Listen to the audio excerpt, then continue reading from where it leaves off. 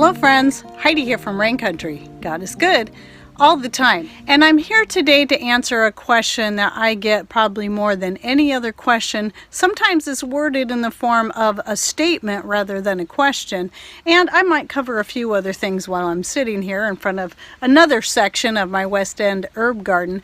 Now I did a video, probably be about a month by the time you're seeing this, of me sitting at a section a little farther down on this same strip that I'll go ahead and link to down below. And that one was about why you should grow your own medicinal herbs. So I won't give everything away there, so you can go ahead and check that out. But this is just another of that section. So right behind me here, I've got some woolly lambs here. I've got the smallest of my 3 elderberries right here. This one, even though it's about, a quarter of the size of the other two are huge, this one tends to get more berries on it, so this one does better for the size than the other ones. But I'm thinking this year about collecting the elder flowers off of the big ones and just letting this one turn to berries, because those ones, the birds tend to steal a lot of the berries off of it, but not so much this one. So the elder flowers have about the same amount of benefits as the berries do, and they're very similar benefits. Anyway, so let's get to the question that I get asked most frequently, and that is, will you write a book, or have you written a book? And then the statement that I get is, you should write a book. And I have to say, it often surprises me that so many people would be interested in a book that I write. And I have tossed the idea around a few times thinking, that might be something to do someday. But here's my dilemma, and I've explained this in some other videos, but I want to go into a little bit more depth. And that is, right now as things are, I am so busy. I am busier now, here in my mid-50s, with my children grown and out of the house, than I was when I was teaching dance and martial arts up to 5 days a week and homeschooling my own 2 children and trying to keep up on my housework. Back then, I only grew a few things. I went through a phase where I liked to grow dahlias. Then we started doing a little bit of gardening, mostly just focusing on tomatoes as far as, things that you can eat. But I wasn't serious into gardening. But after I retired from teaching dance, and then I did that, and then the very next year I retired from teaching the martial arts. That was the same year I decided to get into YouTube. A lot of people had been asking me to do this, and I thought, well, that made more sense because I like to share a lot of stuff on Facebook, and a lot of my recipes are in here. I do have recipes I've written down, but a lot of my recipes are things I just make up as I go, and I might show pictures and maybe even try to describe it a little bit to people, but a lot of people, people would want recipes, and I'm like, well, I don't really have a recipe, I just do it. And so I figured it made sense to start doing YouTube. That way people can see what I do. So what I do is more for the visual and kinesthetic type learner rather than one that likes to read. And not that I can't do that, but it's just the way I am. Now, I do have some recipes I've written down, some I've taken extra time to write down that I share over on my Patreon. I still have some more I got to get together and eventually put over there. I don't post a lot on Patreon, but it is free, by the way. It's free for anyone that goes in there. I don't even think you have to have a Patreon account to be able to go in there and look at it. Now, you'll see a thing along the side, a sidebar that says you can donate, but you don't have to. All of my posts are unlocked so anybody can see them. So the donation is just completely optional. So some of the recipes I do have written down for those who want that. You can go find them there, like my chocolate syrup recipe. I think I have my almond and or the orange chicken recipes over there, and a few others. So you can go find those there.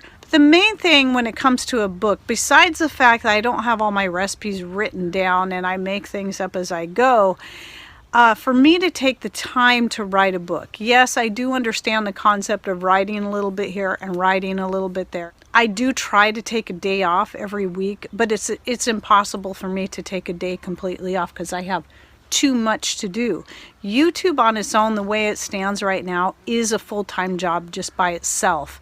Then I've got my Etsy store, and that is also a full-time job just on its own, and that doesn't even take into account the chores I got to keep up on, the laundry, the dishes, the cleaning, the toilets. And yes, Patrick does help out quite a bit in that, but he does have a lot of stuff that he's out in his shop doing and other projects he has to keep up on, and so he doesn't have time to do all that either. But he does help out as much as he is able. But the garden, especially this time of year, takes up an incredible amount of time. And, I've got so much stuff to harvest, the herbs I've got to pick and then dehydrate to put up to get me through the rest of the year, or to use in my homemade skin creams and soaps that go up on my store. I am constantly doing things. So I don't have time to just sit and do much to enjoy myself. Even in the evenings when we're relaxing, like watching YouTube videos on the big screen in our living room area, I'm usually still working. I'm usually cutting out fabrics for skirts, especially custom orders that people are putting in, or I'm crocheting something that's going to go up on the store, or I'm wrapping my soaps. I mean, there's always something that I'm usually doing while I'm quote unquote relaxing, because I just really don't have time. I haven't even had time to just sit and read a good book, and I don't know when the last time was I did that. And so I've only recently got into just doing audiobooks, because at least I can listen to those while I'm working on my skirts and things like that. And so that way I can at least feel like I'm doing something other than just working. And so to try to squeeze in time to even just write a page for a book now and then, it's not feasible for me right now. And to be perfectly honest, it's not even something at this point in my life I desire to do. And I apologize to those that really would like to see me get like a hard copy book out, or something they could at least download and copy.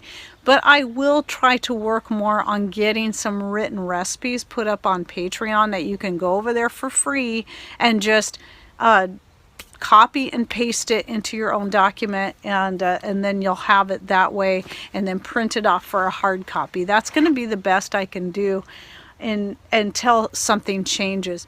Because if I was to really dedicate time to writing a book, and here's me, I'm not the kind of person that could just sit down and write a page. I would probably find myself writing a whole chapter, because I wouldn't be able to just stop.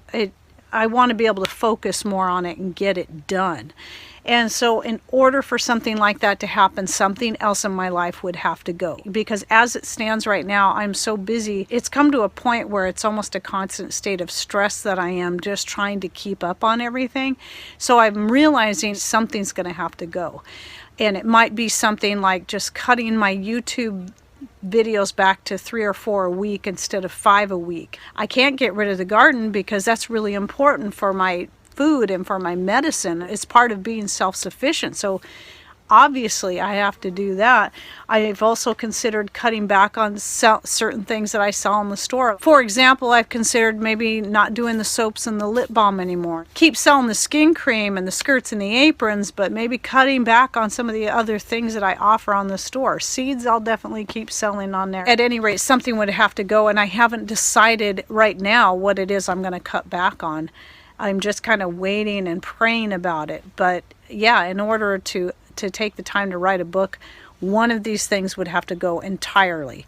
Like I'd have to stop doing custom order skirts and aprons, or I'd have to quit doing YouTube altogether. Maybe one YouTube video a week. But again, right now the desire to write a book isn't there. I enjoy the variety I have in my life, but it also becomes stressful, because if I focus just on skirts, like maybe one week all I want to do is focus on my sewing, but then I get stressed out because, oh, I should be making soaps. I should be making videos. And this is why I am 3 weeks ahead of my videos and try to keep them that way, in case I just want to take a week at some point, either because I have to, because an emergency arises, or I just say, I can't do YouTube this week. I just can't do it.